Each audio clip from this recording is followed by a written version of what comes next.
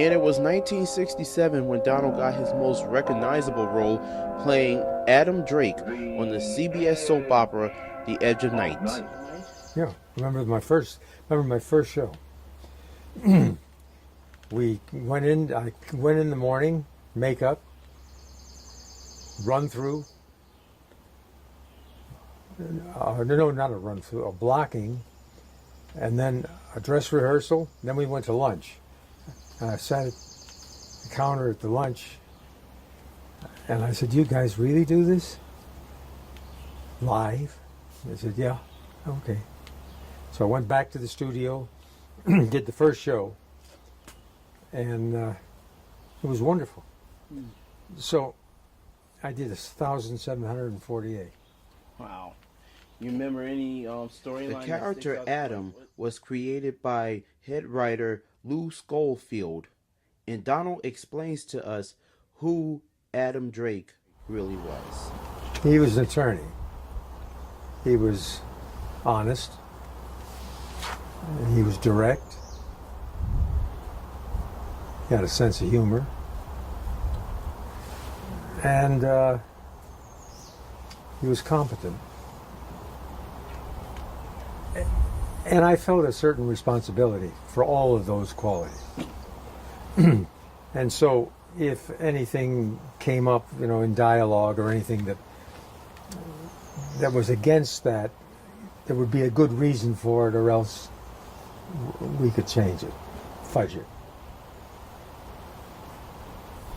I think the most glaring example of that was when I was defending somebody and I knew who the guilty individual was. And the guilty individual was injured in a car accident and was in the hospital.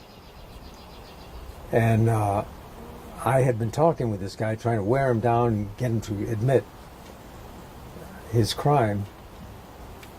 And the script came in, and it was written that Adam came in with his shirt buttoned to the top. And the guy in bed, in the hospital bed, thought it was a priest, that I was a priest. And so he confessed to the priest. And I said, no. It's against the canon, the Catholic canon, and I won't do it. So, I forget how I solved that.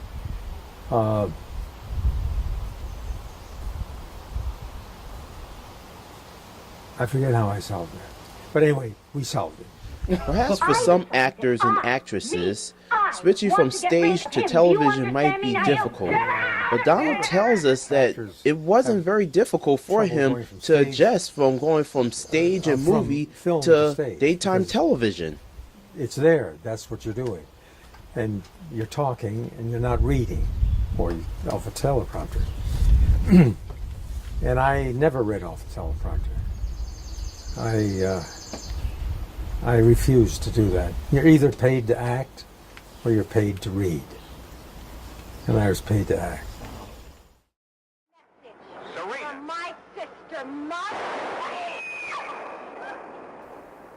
Over the years, soaps have always focused on different social issues.